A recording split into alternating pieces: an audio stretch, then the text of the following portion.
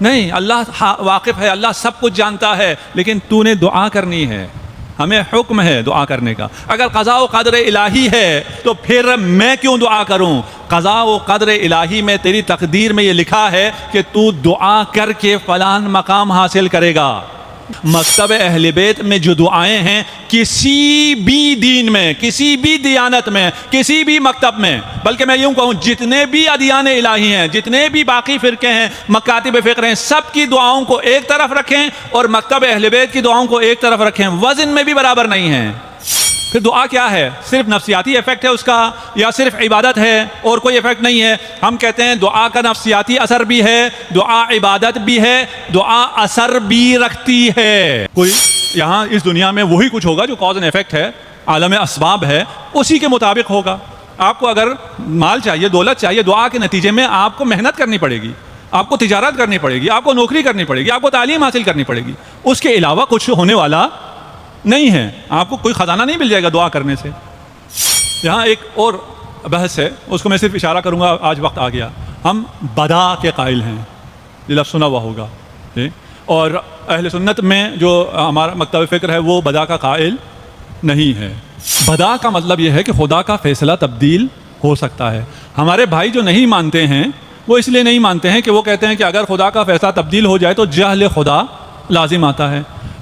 اپنے جیسا خدا کو سمجھتے ہیں، خدا کو اپنے جیسا سمجھتے ہیں، وہ کہتے ہیں خدا ساتویں آسمان پر عرش پہ بیٹھا ہے تو اسی طرح بیٹھا ہوا ہے، اس کے بعد وہ دوسرے آسمان پہ چل کے آتا ہے، اس کے بعد وہ خدا اپنی ٹانگ جہنم میں ڈالتا ہے۔ خدا اگر تمہاری طرح ہو گیا، اس قاسم کو جسے امام نے خود سوار کیا تھا، اتنا چھوٹا تھا کہ گھوڑے پر خود سوار نہیں ہو سکتے تھے، جب اس لاش کو اٹھایا، لاش کو سینے سے لگایا تو مقتل کی روایت ہے کہ قاسم کے دونوں پاؤں زمین کربلا پر خط کھینچ رہے تھے۔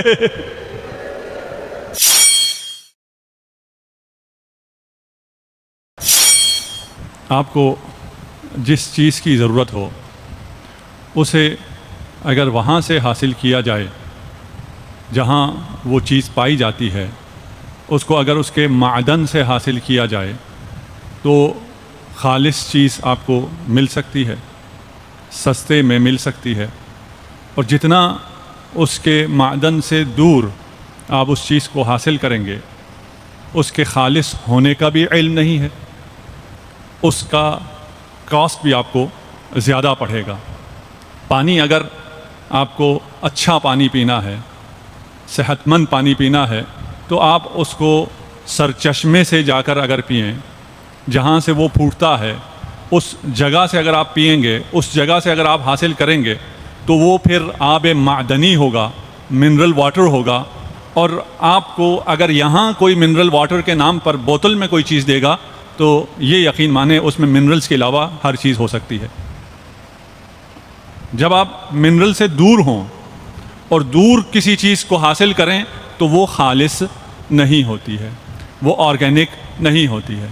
ہمیں سکون کی تلاش ہے، اطمینان چاہیے، جو اطمینان کا سورس ہے، جو یقین اور اطمینان اور سکون کا سورس ہے، اس سے جتنا دور ہو کر اطمینان اور سکون تلاش کریں گے، آپ کو بہت خوبصورت بوتلوں میں بہت خوبصورت چیزیں دی جائیں گی، بیچی جائیں گی، لیکن وہ اصل سکون نہیں ہوگا، اصل اطمینان نہیں ہوگا۔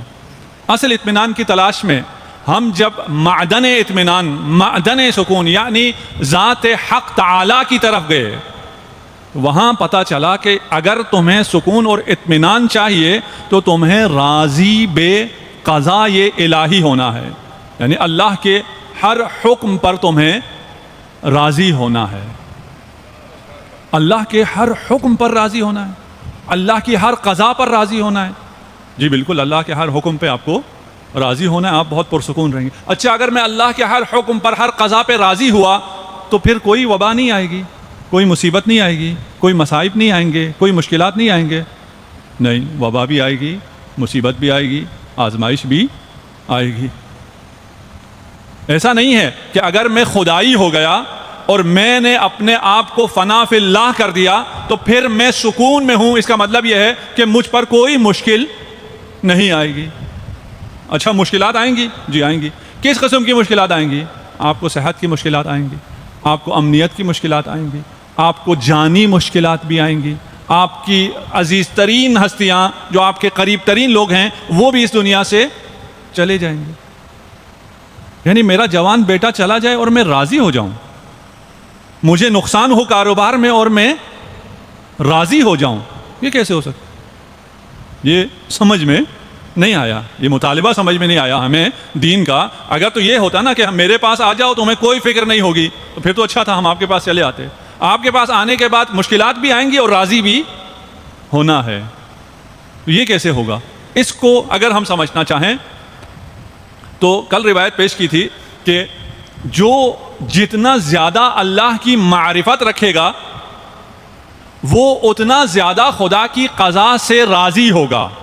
اچھا، معرفت کا قضا سے کیا تعلق ہے کہ قضا پر راضی ہونے کا معرفت سے کیا ربط ہے؟ اگر تو مصیبتیں نہ آنا پتہ چلتا، معرفت کا نتیجہ یہ ہوتا کہ اب مجھے سکون اور آرام ہوگا اور کوئی مشکل نہیں آنے والی، تو میں بڑے سکون میں آ جاتا۔ ہم اپنی مادی زندگی میں بہت سے درد، بہت سے مصیبتیں، بہت سی آزمائشوں کو خود خریدتے ہیں پیسے دے کے۔ پیسے دے کر درد خریدا جاتا ہے۔ جی، آپ پیسے دیتے ہیں اور پیسے دے کے درد خریدتے ہیں، یہ کیسے ہوتا ہے؟ آپ سرجن کے پاس جاتے ہیں، اس کو اپنے پوری زندگی کی کمائی دیتے ہیں، وہ آپ کو چیر پھاڑ دیتا ہے، اور آپریشن کے بعد آپ کو بہت درد ہو رہا ہوتا ہے، لوگ آ کے آپ کو مبارکبادیں دے رہے ہوتے ہیں۔ آپ کہیں یہ کیسا ہاسپٹل ہے جہاں درد ہوتا ہے؟ میں نے ایسے ہاسپٹل جانا ہے جہاں درد نہ ہوتا ہو۔ جواب آئے گا نہیں جی درد ہوگا، ہاسپٹل اگر آؤ گے تو تمہیں درد ہوگا۔ آپ کہتے ہیں ہاں یہ درد مجھے قبول ہے، یہ درد مجھے عزیز ہے، اس درد کو میں خریدتا ہوں، پیسے دیتا ہوں۔ اور وہ ڈاکٹر جو آپ کو چیر پھاڑ دیتا ہے، وہ آپریشن کے بعد جتنی دفعہ آپ کو وزٹ کرتا ہے آپ اتنی دفعہ اس کا شکریہ ادا کرتے ہیں، اور وہ وزٹ کے آپ کو چارج بھی کر جاتا ہے۔ آپ درد خریدتے ہیں نا، اس کا مطلب یہ ہوا۔ کیوں درد خریدتے ہیں؟ اس لیے کہ آپ کو پتا ہے کہ اس ایک چھوٹی سی درد کے نتیجے میں آپ کو جو کچھ بعد میں ملنے والا ہے، جو صحت آپ کو بعد میں ملنے والی ہے، جو پریشانی آپ کی برطرف ہونے والی ہے، وہ اتنی عظیم ہے، اس کے مقابلے میں یہ ہیچ ہے۔ کیونکہ اس مصلحت کے مقابلے میں یہ درد ہیچ ہے، اس لیے آپ اس درد پر راضی ہو جاتے ہیں۔ اگر آپ اس دنیا کے نظام کو سمجھیں، اگر آپ اللہ کی معرفت کو حاصل کریں، اگر ہمیں پتا ہو خدا جبار ہے، خدا رحمان ہے، خدا قیوم ہے، یہ مملکت خدا کی مملکت ہے، یہاں خدا کی بادشاہی ہے، یہاں وہ جو چاہتا ہے وہی ہوتا ہے، اور وہ تیرے حق میں ہمیشہ بہتر چاہتا ہے۔ اس کا مطلب ہے یہ جو چھوٹا موٹا درد ہے یہ مجھے کچھ بہت زیادہ دینے کے لیے ہے۔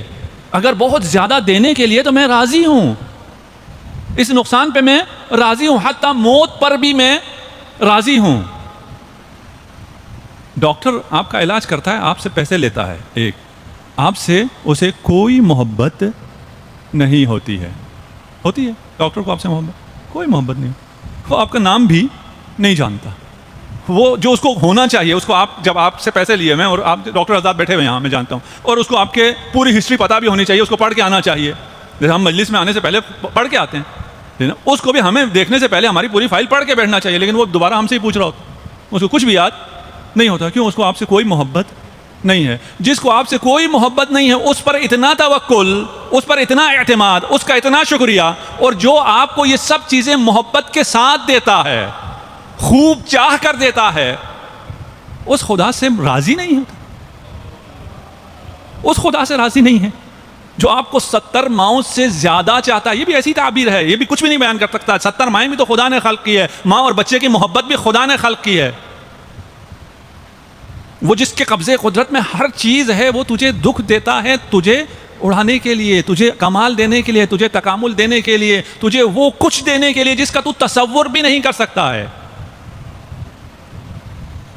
اچھا، مجھے راضی ہونا ہے بقضاء رب، میں اللہ کی قضا پر راضی ہو گیا۔ اب اس کا مطلب یہ ہے کہ میں کوئی کام نہ کروں؟ نہیں، یہ میں کئی دفعہ گزشتہ مجلسوں میں بیان کر چکا ہوں۔ اس کا مطلب یہ ہرگز نہیں ہے کہ ہم کام نہ کریں، ہمیں کام کرنا ہے، ہم نے اپنے ارادے کو بروئے کار لانا ہے، اس لیے کہ ہمارا ارادہ بھی ہے، خدا کا ارادہ بھی ہے، اور یہ دو ارادے طول میں ہیں، یہ میں بیان کر چکا ہوں۔ اچھا، کام تو ہمیں کرنا ہے، محنت تو ہمیں کرنی ہے، اس دنیا میں ایسا رہنا ہے جیسے یہ دنیا میں ہم نے ہمیشہ کے لیے رہنا ہے، اس لحاظ سے ہم نے اس دنیا کے لیے محنت کرنی ہے، اس دنیا میں نام بھی بنانا ہے، مال بھی کمانا ہے، مقام بھی بنانا ہے، خود بھی اپنے لیے مقام پیدا کرنا ہے، عزت پیدا کرنی ہے، اپنی قوم کے لیے بھی عزت پیدا کرنی ہے۔ دنیا میں سر بلند ہو کر زندگی گزارنی ہے. اچھا یہ تو ہو گیا. اس کے بعد دعا کرنی چاہیے نہیں کرنی چاہیے؟ اگر راضی ہونا ہے جو کچھ خدا نے دے دیا اس پہ راضی ہونا ہے پھر دعا کیوں کریں؟ دعا کرنے کا مطلب یہ ہے کہ جو مرض مجھ پر آیا ہوا ہے اس پر میں راضی نہیں ہوں, مجھے عافیت چاہیے. دعا کا یہ مطلب ہوا کہ بس میں رضائے رب پر راضی نہیں ہوں. یہاں یہ بھی بہت دقیق ابحاث ہیں, میں آسان پیش کر رہا ہوں, اور اگر جن کو اس گہرائیوں میں جانا ہے وہ پڑھیں, اور ان کو پڑھنے کے بعد کوئی رہنمائی چاہیے ہم حاضر ہیں. دیکھ, پڑھے بغیر یہ ممکن نہیں ہے کہ آپ علم حاصل کر سکیں. آپ اتنا پڑھتے ہیں, آج کل تو بہت لوگ پڑھتے ہیں, اور یہ سوشل میڈیا کی وجہ سے اور زیادہ پڑھنا شروع کیا ہے, اکثر فضول چیزیں پڑھتے ہیں, بہت پڑھتے ہیں. احادیث ائمہ کو بھی پڑھیے. ایپس ہیں, ایپس ڈاؤن لوڈ کریں, دن میں 2 حدیث پڑھنے میں کوئی حرج, کوئی آپ کا وقت نہیں لگتا. صبح سحر خیزی کی عادت اپنے اندر پیدا کریں, میں جوانوں سے کہہ رہا ہوں زیادہ, سحر خیزی کی عادت پیدا کریں, دن میں 1-2 گھنٹے صبح کے, کوئی آپ سے نہیں لیتا, کوئی آپ کو فون نہیں کرتا, کوئی آپ کو ڈسٹرب نہیں کرتا, وہ قرآن کو اور حدیث کو دے دیں. 1 سال میں آپ منقلب ہو جائیں گے. آپ یہ انسان نہیں رہیں گے. صرف مجلسوں سے نہیں ہوگا, یہ تو آپ کو صرف ایک سپارک دینے کے لیے ہے, یہاں اس سے زیادہ ممکن نہیں ہے. یہاں سے سپارک لیں اور اس کے بعد جا کر صبح کے ٹائم پر روزانہ اپنی روٹین بنائیں, 2 گھنٹے پڑھیں. جتنے اصحاب ائمہ ہیں جنہوں نے یہ علم ہم تک پہنچایا ہے وہ سب بازار میں کام کرتے تھے, اپنی جاب کرتے تھے, اپنا بزنس کرتے تھے, کھیتی باڑی کرتے تھے, ساتھ میں انہوں نے یہ کام کیا ہے. اور ایک راوی نے 1 لاکھ حدیثیں محفوظ کر کے ہم تک پہنچایا. ان کے پاس نہ لکھنے کے لیے کاغذ تھا, نہ قلم تھا, نہ لیپ ٹاپ تھا, نہ ہی انٹرنیٹ تھا, کچھ بھی نہیں تھا, اور یہ سارا کام کر لیا. ہمارے پاس سب کچھ ہے اور ہم نہ جانے کن کاموں میں لگے ہیں. دعا کرنی چاہیے یا دعا نہیں کرنی چاہیے؟ اس سے پہلے 3 حدیثیں ہیں, میں یہ حدیثیں عادیہ کروں پھر میں دعا کی بحث میں آتا ہوں. انتہائی خوبصورت احادیث ہیں یہ 2 حدیثیں ہیں, کاش میرے پاس وقت ہوتا اور علم ہوتا میں انہیں بیان کر سکتا. فی کل قضاء اللہ خیر للمؤمن, پہلی حدیث, فی کل قضاء اللہ, اللہ کے تمام قضاء میں, کل تمام قضاء اللہ آپ کو معلوم ہے, خیر للمؤمن, مومن کے لیے خیر ہے.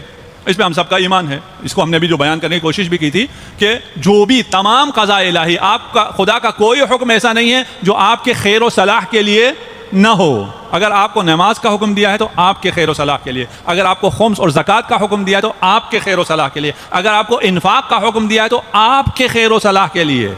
انفاق غریب کا فائدہ بعد میں ہوتا ہے, آپ کا فائدہ پہلے ہوتا ہے. اور جس کے پاس نہیں ہے, جو جوان ہوں ابھی بے روزگار ہوں, وہ کہ میرے پاس ہے ہی نہیں دینے کے لیے, آپ کو زیادہ دینے کی ضرورت ہے.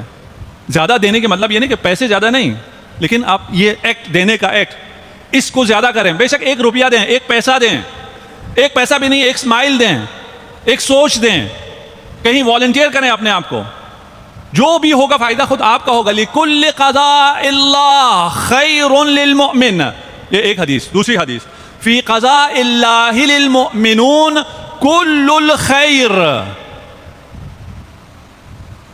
اگر میں پہنچا سکوں, یہ کل 2 دفعہ استعمال ہوا ہے 2 روایتوں میں, ایک کل القضاء اور ایک کل الخیر, یعنی ہر قضاء میں مومن کے لیے خیر ہے, مومن کے لیے قضاء میں تمام خیر ہے, یعنی تمام قضاء میں تمام خیر مومنوں کے لیے ہے.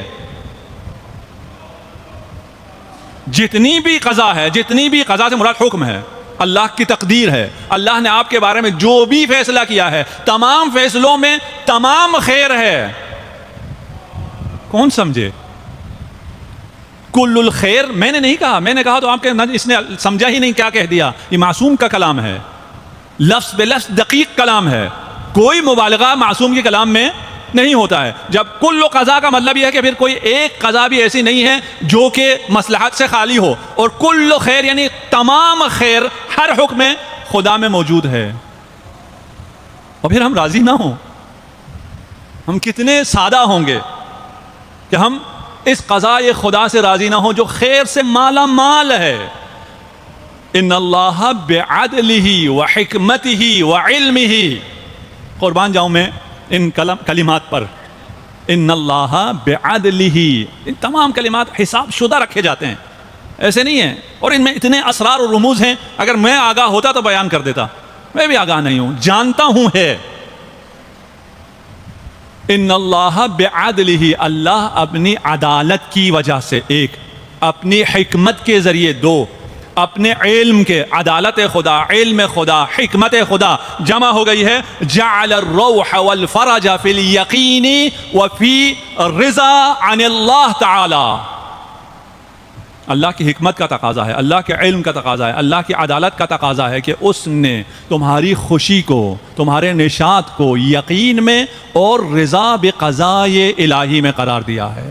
وجعل الہم والحزن، جتنا ہم اور حزن ہے، جتنا دکھ اور درد ہے، جتنی بے سکونی اور بے قراری ہے، اسے فی الشک کی، اسے شک میں قرار دیا ہے.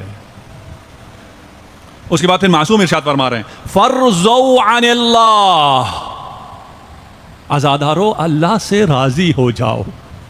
اللہ اکبر،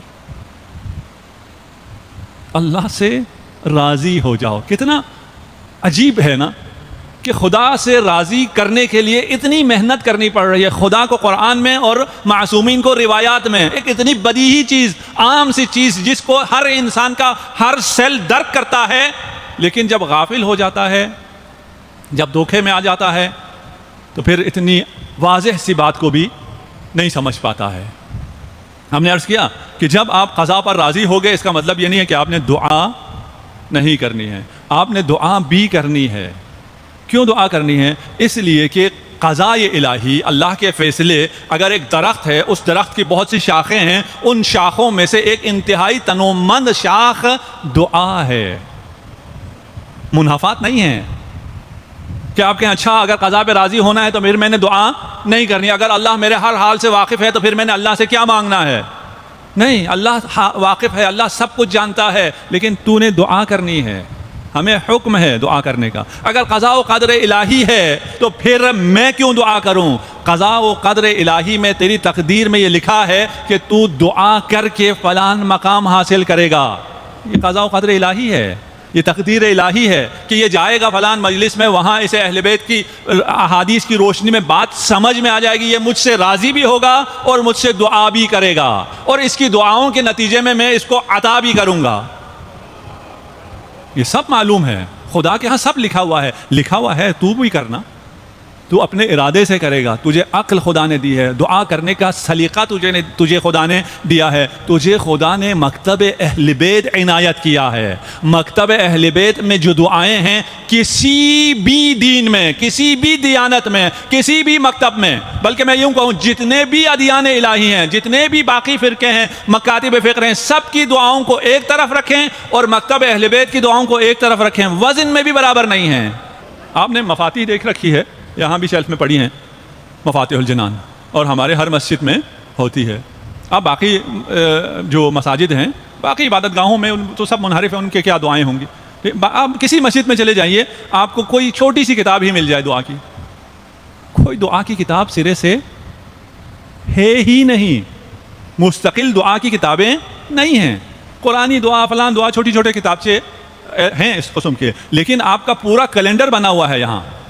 اور آپ کی عبادت رجب سے شروع کرتے ہیں، آپ کے دل کی بہار رجب سے شروع ہوتی ہے. وہاں سے عبادتیں کا ایک تسلسل ہے، اذکار کا ایک تسلسل ہے، دعاؤں کا ایک تسلسل ہے. یہ ایک کتاب جسے آپ جانتے ہیں، مکتب جعفریہ میں اس قسم کی 500 دعاؤں کی کتابیں ہیں. کسی کے پاس بھی نہیں ہے. اچھا ہمارے پاس ہیں اور ہم دعا کو ہی نہ سمجھتے ہوں، یہ دعا ہوتی ہی کیا ہے؟ تو پھر ان دعاؤں کا وہ فائدہ نہیں ہوگا. ہاں آپ آ کے جو دعائیں پڑھتے ہیں اس کا یقیناً اپنا ایک اثر ہے. اچھا یہ بات اگر واضح ہو گئی کہ ہم نے راضی بے قضا ہونا ہے، تقدیر بھی ہے، چاہے ہم راضی ہوں چاہے نہ ہوں، تقدیر تو ہے. اب وہ تقدیر اگر ہے تو ہم نے دعا کر کے کیا کر لینا ہے؟ ہم اس تقدیر کو تبدیل کر سکتے ہیں. یعنی خدا نے لوح محفوظ میں لکھ دیا ہے اس کے ساتھ یہ ہونے والا ہے، میں دعا کر کے اسے تبدیل کر سکتا ہوں. میں اس عالم سفلا میں رہ کر اس عالم علیا کی چیزوں کو بدل سکتا ہوں. دعا کیا ہے؟ دعا کا فلسفہ کیا ہے؟ دعا کے بارے میں لوگوں کے نظریات کیا ہیں؟ 3 اسکول آف تھاٹ میں یہاں جو آپ کے سامنے پیش کرتا ہوں. ایک یہ ہے کہ دعا کا اور اثر تو کوئی نہیں ہوتا، نفسیاتی طور پر فائدہ ہوتا ہے. جو دعائیں مانگتا ہے اس کو نفسیاتی طور پر، سائیکولوجیکلی وہ تھوڑا سا اسٹرانگ ہو جاتا ہے. وہ کہتا ہے اچھا اگر میں مریض ہو گیا ہوں تو پھر کوئی خدا ہے، وہ بھی طاقتور ہے، وہ مجھے شفا دے سکتا ہے، تو مجھے نفسیاتی طور پر ایک اثر ہوتا ہے. اس نفسیاتی فائدے کی وجہ سے میں بہتر فیل کرنا شروع کر دیتا ہوں، میں ہیل ہو جاتا ہوں. دعا کا اتنا اثر ہے، کوئی عملی اثر نہیں ہے، کوئی خارجی اثر نہیں ہے کہ باہر کچھ ہو جائے، میں دعا کروں تو یہاں کھانا نازل ہو جائے، یا میں دعا کروں تو یہاں کوئی چیز آ جائے، ایسا کچھ نہیں ہوتا۔ میں بھوک لگ رہی ہے، میں دعا کرتا ہوں کہ کوئی آ جائے، کوئی کھانا بنانے والا آ جائے، اس دعا کے نتیجے میں نفسیاتی طور پہ میں تھوڑا سا آرام ہو جاتا ہوں۔ دعا کا یہ فائدہ ہے، ایک اسکول آف تھاٹ۔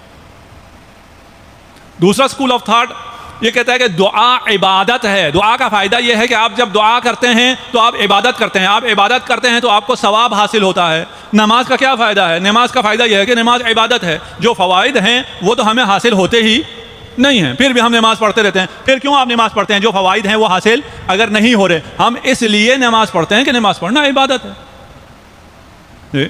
ہم میں سے بہت سے لوگ جو فرش اعضاء پہ آتے ہیں وہ کیوں آتے ہیں؟ اس لیے آتے ہیں کہ فرش اعضاء پہ آنا ایک عبادت ہے۔ ہم دعائے کمیل پڑھتے ہیں ہر جمعرات کو، دعائے کمیل اتنی دفعہ، دیکھیں کتنی جمعرات آپ کی زندگیوں میں آئے اور آپ نے کتنی دفعہ دعائے کمیل پڑھی، کبھی یہاں بیٹھ کے پڑھی، کبھی کربلا جا کے پڑھی، کبھی مدینہ میں بقیع کے کنارے جا کے پڑھی، اور خدا انشاءاللہ جلد نصیب کرے کہ ہم سب وہاں جا کر دوبارہ سے پڑھ سکیں۔ ہزاروں دفعہ جو دعائے کمیل پڑھی ہے اس کے بارے میں جانتے کتنا ہے؟ وہ زیادہ نہیں جانتے۔ اس کا ترجمہ بھی سرسری آتا ہے، وہ بھی تقریباً وہ بھی نہیں آتا۔ جب ترجمہ بھی سرسری نہیں آتا اس میں تو بہت گہرائی ہے، وہ تو بحر عمیق، معارف علویہ کا سمندر ہے۔ تو پھر آپ اس سمندر سے کیوں محروم رہ جاتے ہیں؟ کیوں اپنی پیاس نہیں بجھاتے؟ نہیں، دعائے کمیل پڑھنا عبادت ہے، ہم عبادت کر لیتے ہیں، کیلکولیٹر چل پڑتا ہے، ہمارے اکاؤنٹ میں ثواب آ جاتے ہیں، بس کافی۔ دعا بھی عبادت ہے، ہوتا کچھ بھی نہیں ہے، نہ سائیکولوجیکل کوئی ایفیکٹ ہے، نہ ہی باہر کوئی چیز ہوتی ہے، ہم دعا کرتے ہیں ہمیں ثواب مل جاتا ہے۔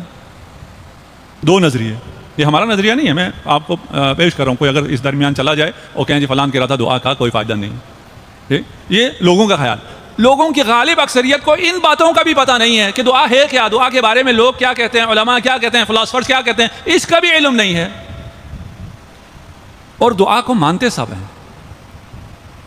جو خدا کو بھی نہیں مانتا وہ دعا کو مانتا ہے، آپ اسے بھی دعا دیں نا وہ بھی خوش ہو جاتا ہے۔ جتنے ملحد ہیں، جتنے ایتھسٹ ہیں، ان کو بھی آپ گڈ مارننگ کہیں تو خوش ہو جاتے ہیں۔ گڈ مارننگ دعا ہے نا، ایک مجمل سی دعا ہے، محمل سی دعا ہے کہ تمہاری صبح کون اچھا کرے گا، کوئی تو ہونا چاہیے جو اچھا کرنے والا ہو، ایسی خود بخود تو نہیں ہو جائے، میں تو نہیں ہوں کہ میرے کہنے سے ہو جائے۔ سبحکم اللہ بہتر ہے کہ اللہ تمہاری مارننگ کو گڈ کر دے، وہ تو پھر بھی بہتر ہے۔ یہ بالکل محمل سی دعا ہے، یہ دعا بھی آپ کسی بھی ایتھسٹ کو دے دیں، کسی بھی کافر کو دے دیں، کسی بت مت والے کو، جس مرضی کو دیں، وہ اس دعا سے خوش ہوتا ہے۔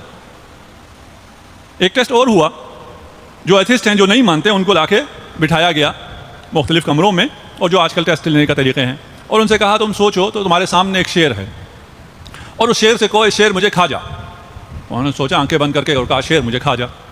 کہا اب سوچو تمہارے سامنے ایک اژدہا ہے، ڈریگن ہے، اور اس سے کہو مجھے کھا جاؤ۔ انہوں نے کہا اژدہا آؤ مجھے کھا جاؤ۔ اور پھر ان سے کہا اب سوچو تمہارے سامنے خدا ہے اور خدا سے کہو خدایا مجھ پر عذاب نازل کر۔ 90% ایتھسٹس یہ جملہ نہیں کہہ سکے۔ بھائی تو خدا کو نہیں مانتا، جیسے تو یہاں شیر نہیں ہے، فرض کہا تھا نا، اس میں تو تجھے ڈر نہیں لگا، تو خدا بھی فرض کر رہے ہیں نا، تو مانتا ہی نہیں ہے۔ لیکن خدا ہے، ہر شخص کے قلب میں ہے، اس لیے مشکل میں جب کشتی پھنستی ہے تو ہر شخص خدا کو پکارتا ہے۔ اب فرق اتنا ہے کہ جو مادی دنیا میں ہوتے ہیں ان کی کشتی صرف دریا میں جب غرق ہو رہی ہوتی ہے تب انہیں پتہ چلتا ہے، جو صاحبان بصیرت ہیں وہ ابھی دیکھتے ہیں کہ اگر اہل بیت کے ساتھ نہ رہے تو ہماری کشتی غرق ہو رہی ہے، ہم غرق ہو رہے ہیں ابھی۔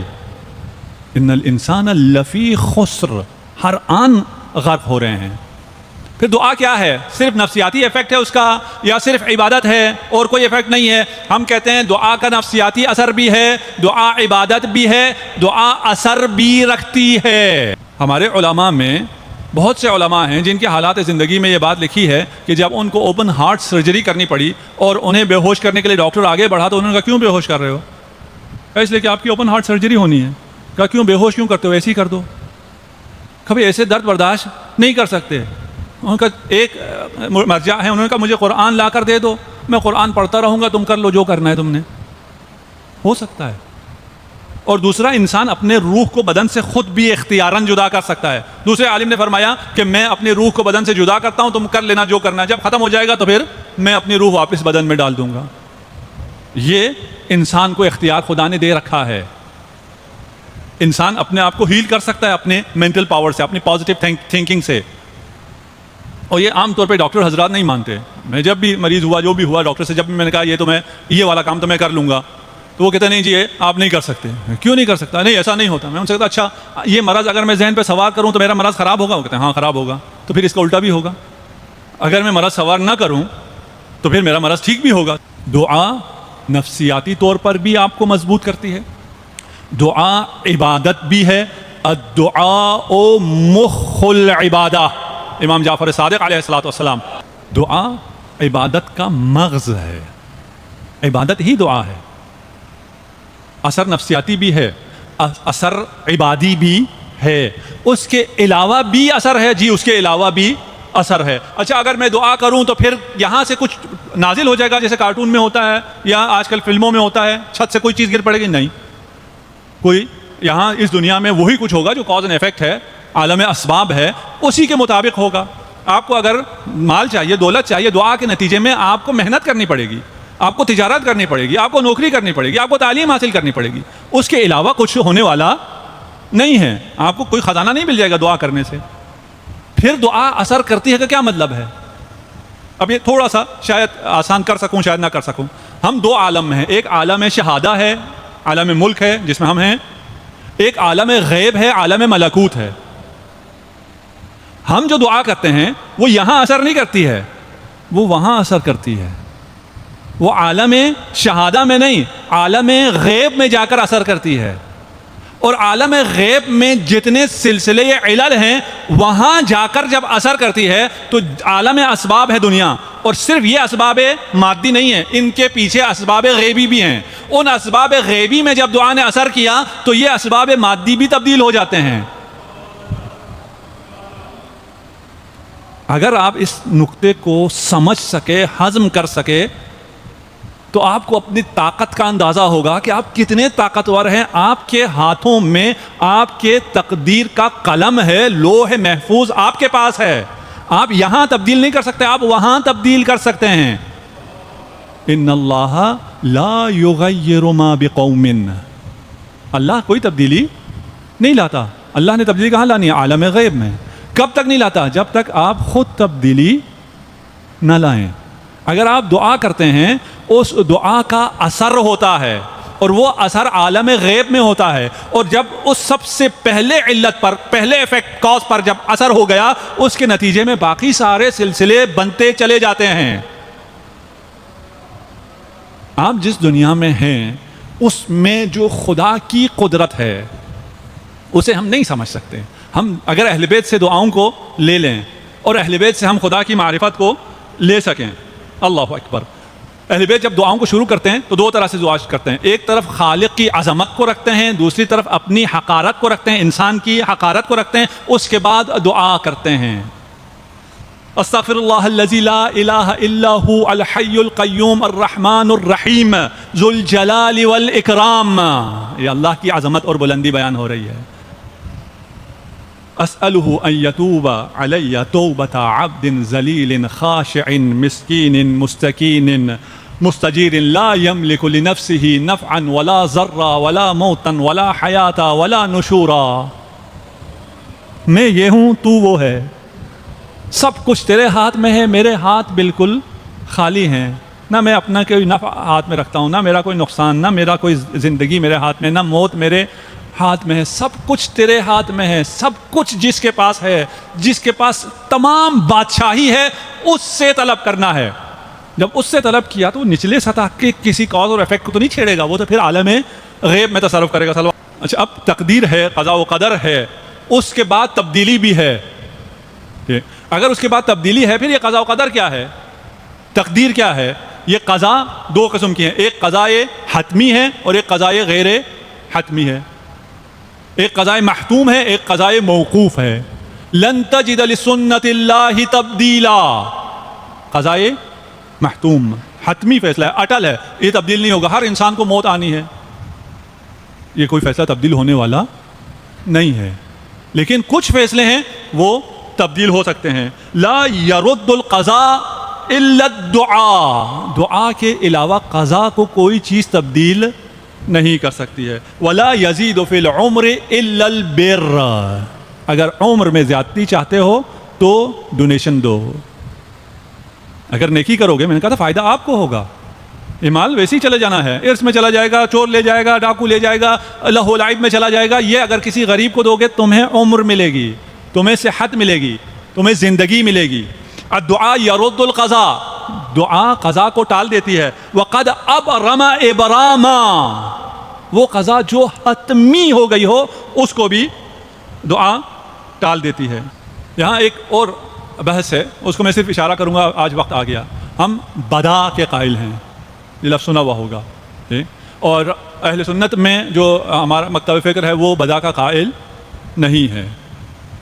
اچھا، اب جب ہم کہتے ہیں نا قائل ہے قائل نہیں ہے، تو ایک ایسی چیزیں جو واضحات میں سے ہے، جو مسلمات میں سے ہے، اس کا کوئی قائل ہو یا نہ ہو، علمی اعتبار سے، عملی اعتبار سے وہ قائل ہوتے ہیں. بدا کا کیا مطلب ہے؟ یعنی خدا نے کوئی فیصلہ کر لیا ہے، اس کے بعد خدا کا یہ فیصلہ تبدیل ہو جائے کسی وجہ سے. خدا اپنا فیصلہ تبدیل کرتے. مثلا خدا نے آپ کی عمر 60 سال قرار دی تھی، اس کے بعد خدا آپ کی عمر اپنا فیصلہ تبدیل کر دے، آپ کو 100 سال انشاءاللہ خدا عمر دے. ایسا ہو سکتا ہے؟ وہ کہتے ہیں ایسا نہیں ہو سکتا. کیوں؟ اگر ایسا ہو گیا تو جہل خدا لازم آتا ہے. یعنی خدا کو پہلے سے نہیں پتا تھا کہ ان کی عمر 100 سال ہونی ہے، اس لیے خدا نے پہلے 60 سال قرار دی تھی. بدا کا مطلب یہ ہے کہ خدا کا فیصلہ تبدیل ہو سکتا ہے. ہمارے بھائی جو نہیں مانتے ہیں وہ اس لیے نہیں مانتے ہیں کہ وہ کہتے ہیں کہ اگر خدا کا فیصلہ تبدیل ہو جائے تو جہل خدا لازم آتا ہے. تبدیل تو ہم کرتے ہیں نا، یو ٹرن تو ہم لیتے ہیں. خدا کیسے ممکن ہے کہ یو ٹرن لے لے، تبدیل کر لے اپنا فیصلہ؟ یا کسی کی عمر 100 سال لکھی ہے، اگر وہ اپنے والدین کے ساتھ اچھا سلوک نہیں کرتا اس کی عمر 50 سال ہو جائے گی. یہ مثالیں نہیں ہیں، یہ بہت سی احادیث کا خلاصہ ہے کہ اگر آپ صلہ رحمی کریں گے آپ کی عمر زیادہ ہو جائے گی، اگر آپ نیکی کریں گے آپ کو خیر اور برکت ملے گی. اچھا، اگر نہیں کریں گے تو نہیں ملے گی. اچھا، یہ تو پھر خدا کا فیصلہ تبدیل ہو گیا. خدا نے اس کی عمر 100 سال لکھی ہوئی تھی، اس نے کیونکہ عصیان کیا اس لیے عمر 50 سال ہو گئی، یہ تو تبدیل ہو گیا نا. اچھا، یہ روایتیں ان کے ہاں بھی سب کے ہاں ہیں. اس روایت سے وہ کہتے ہیں بدا نہیں ہے. ہم امام جعفر صادق علیہ الصلوۃ والسلام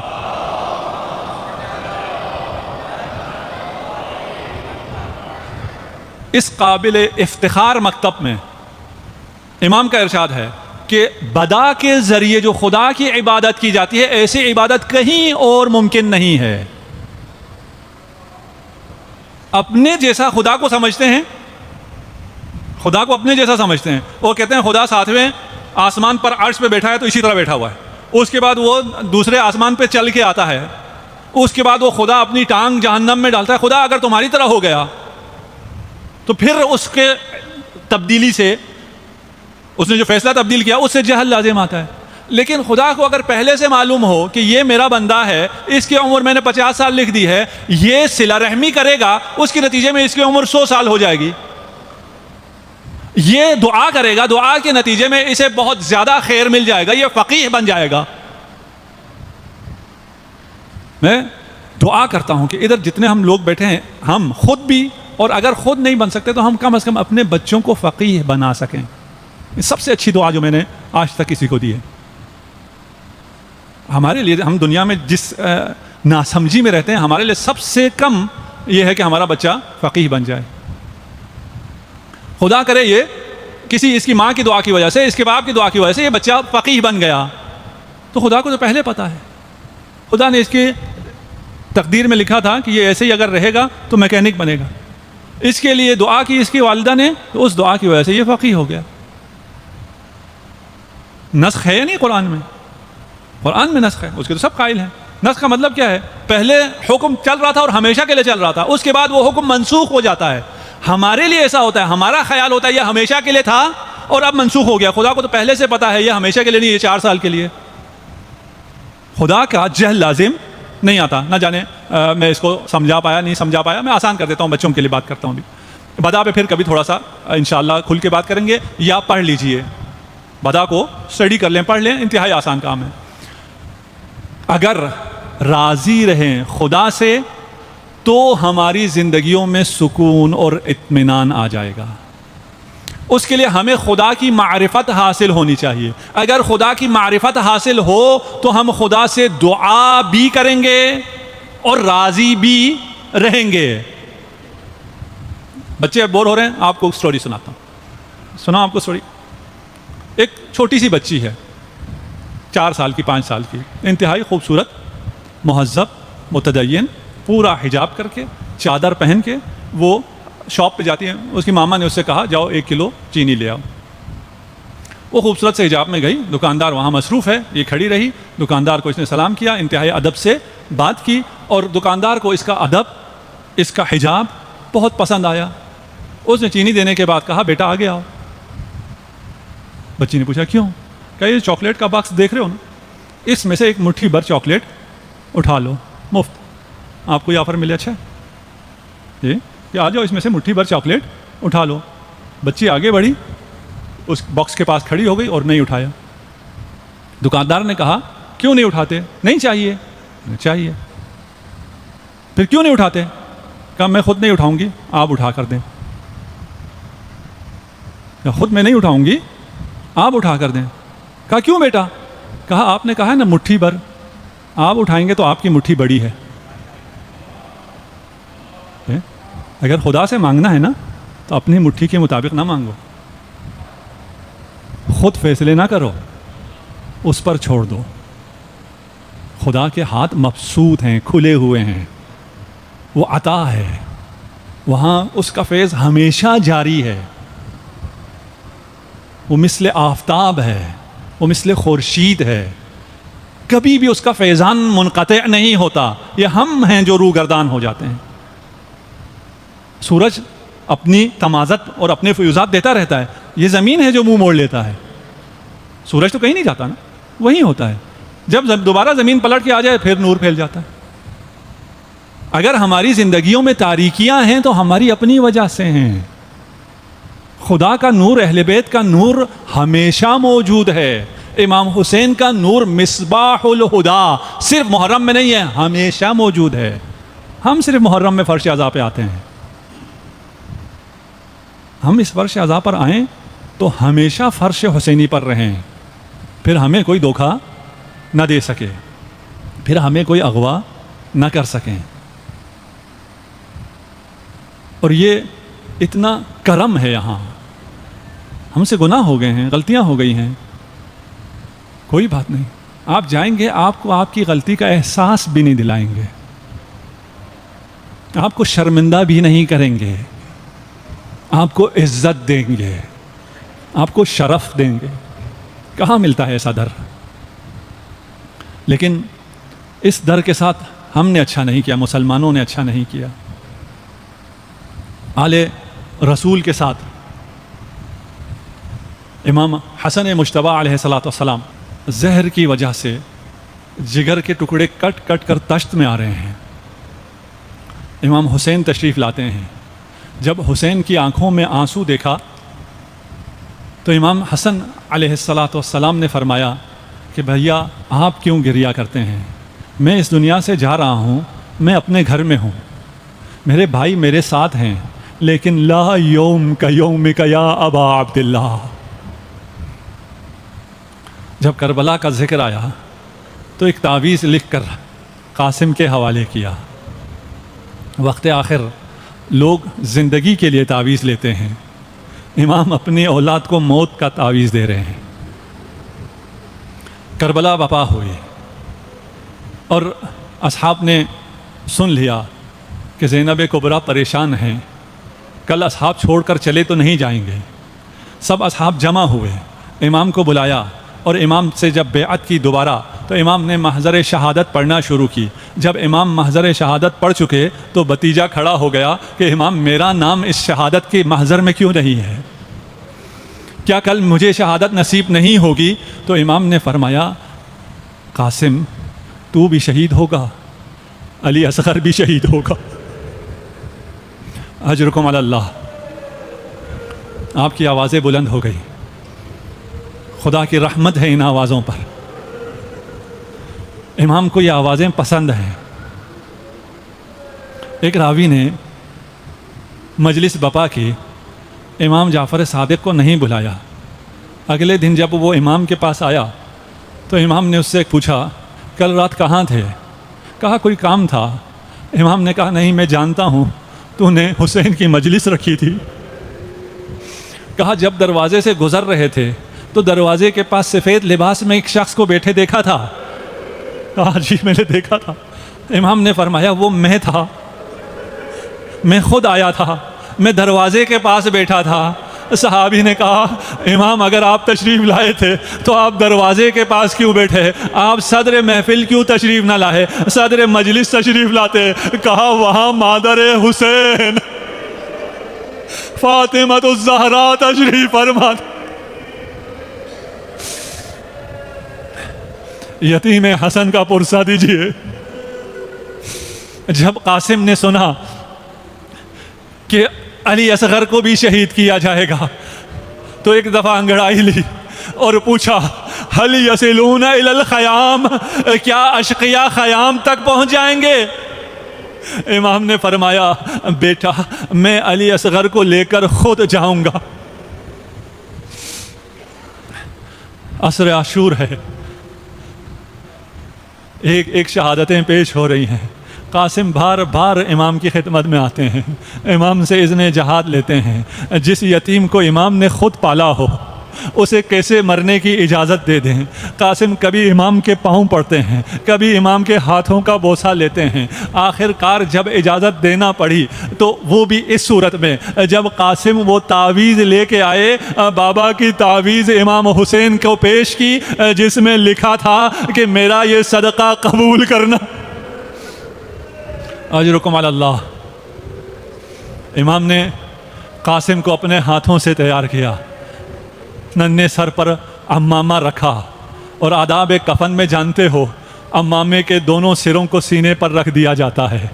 عمامے کے دونوں سروں کو قاسم کے سینے پر رکھا، قاسم کو اٹھا کر خود سوار کیا، آگے بڑھے، گریباں نے قاسم کو چاک کیا، پوچھا چچا یہ کیوں؟ کہا بیٹا یہ یتیموں کی نشانی ہے۔ اس کے بعد گلے رکھ کر بھائی کی نشانی سے اتنا روئے کہ مقتل کے الفاظ ہیں حتی غشی علیہما، کہ قاسم اور حسین دونوں بے ہوش ہو جاتے ہیں۔ اللہ رے مصیبت زینب، بھائی بے ہوش ہے، قاسم بے ہوش ہے، چھڑکاؤ کے لیے خیام میں پانی کا بندوبست نہیں ہے۔ قاسم نے اجازت لی، کارزار کی طرف روانہ ہوئے، داد شجاعت دی۔ اعداء نے کہا یہ حیدر کرار کا پوتا ہے، اسے یوں تم شکست نہ دے سکو گے۔ جس طرح حمزہ کو چھپ کر وار کیا تھا اسی طرح کا وار قاسم پر ہوا۔ قاسم وہ تنہا شہید ہے جو جب گھوڑے سے گرا تو امام کو سلام نہ کیا، کہا یا عمّا ادرکنی، چچا بھتیجے کی خبر لیجئے۔ جب قاسم کا گرنا تھا لعین آگے بڑھا، سینہ قاسم پر سوار ہوا، سر تن سے جدا کرنا۔ اجرکم علی اللہ۔ میں بیان نہ کر سکوں گا، نہ امام حسین یہ منظر دیکھ سکتے تھے۔ عقاب کی مانند قاسم کی طرف بڑھے، امام کو دیکھ کر یہاں کا سپاہ اس طرف چلی گئی، ادھر کی سپاہ اس طرف آ گئی۔ کہنے کو یہ دو سادہ جملے ہیں لیکن اس سپاہ کے آنے جانے میں بدن قاسم پائمال ہو گیا۔ عزادارو، دو مصیبتیں ہیں جس میں امام کا ایک ہی شریک ہے جو بدن پامال ہوا ہے۔ ایک قاسم کا بدن پامال ہوا ہے، ایک حسین کا بدن پامال ہوا ہے۔ دو بدن ہیں کربلا میں جو پامال کیے گئے ہیں، لیکن عرض کروں میں جو حسین کا بدن جب پامال ہو رہا تھا تو حسین شہید ہو چکے تھے، لیکن قاسم کا بدن جب پامال ہو رہا تھا ابھی قاسم زندہ تھا، حسین زندہ تھا۔ حسین کی نگاہوں کے سامنے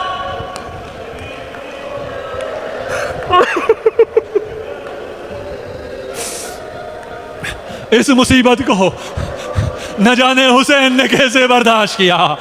قاسم کے سرہانے پر آ کر بہن کیا, بھیا بیٹا قاسم تو نے مجھے پکارا,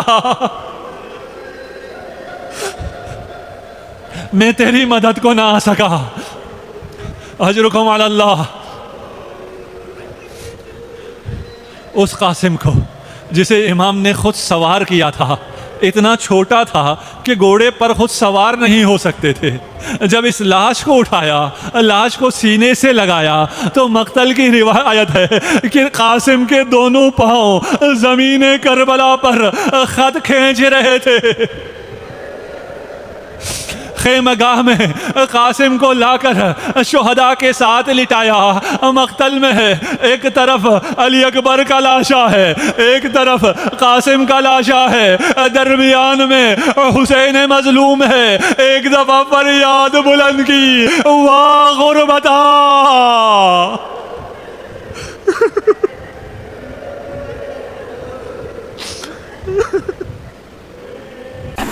السلام علیکم دوستو, کیسے ہیں آپ سب؟ امید کرتا ہوں آپ سب خیریت سے ہوں گے. ہماری یہ ویڈیو آپ کو کیسی لگی ہے ہمیں کمنٹ سیکشن میں ضرور بتا دیا کریں, اور ہماری ویڈیو کو لائک, سبسکرائب اور شیئر بھی ضرور کیا کریں. اور آپ سے یہ ریکویسٹ رہتی ہے کہ ہماری اس ویڈیو کو اپنے دوستوں کے ساتھ اور اپنے رشتہ داروں کے ساتھ ضرور شیئر کیا کریں, تاکہ ہر آنے والی نئی ویڈیو آپ کے پاس, آپ کے دوستوں اور رشتہ داروں کے پاس بر وقت پہنچ سکے. ویڈیو دیکھنے کا بہت شکریہ. السلام علیکم.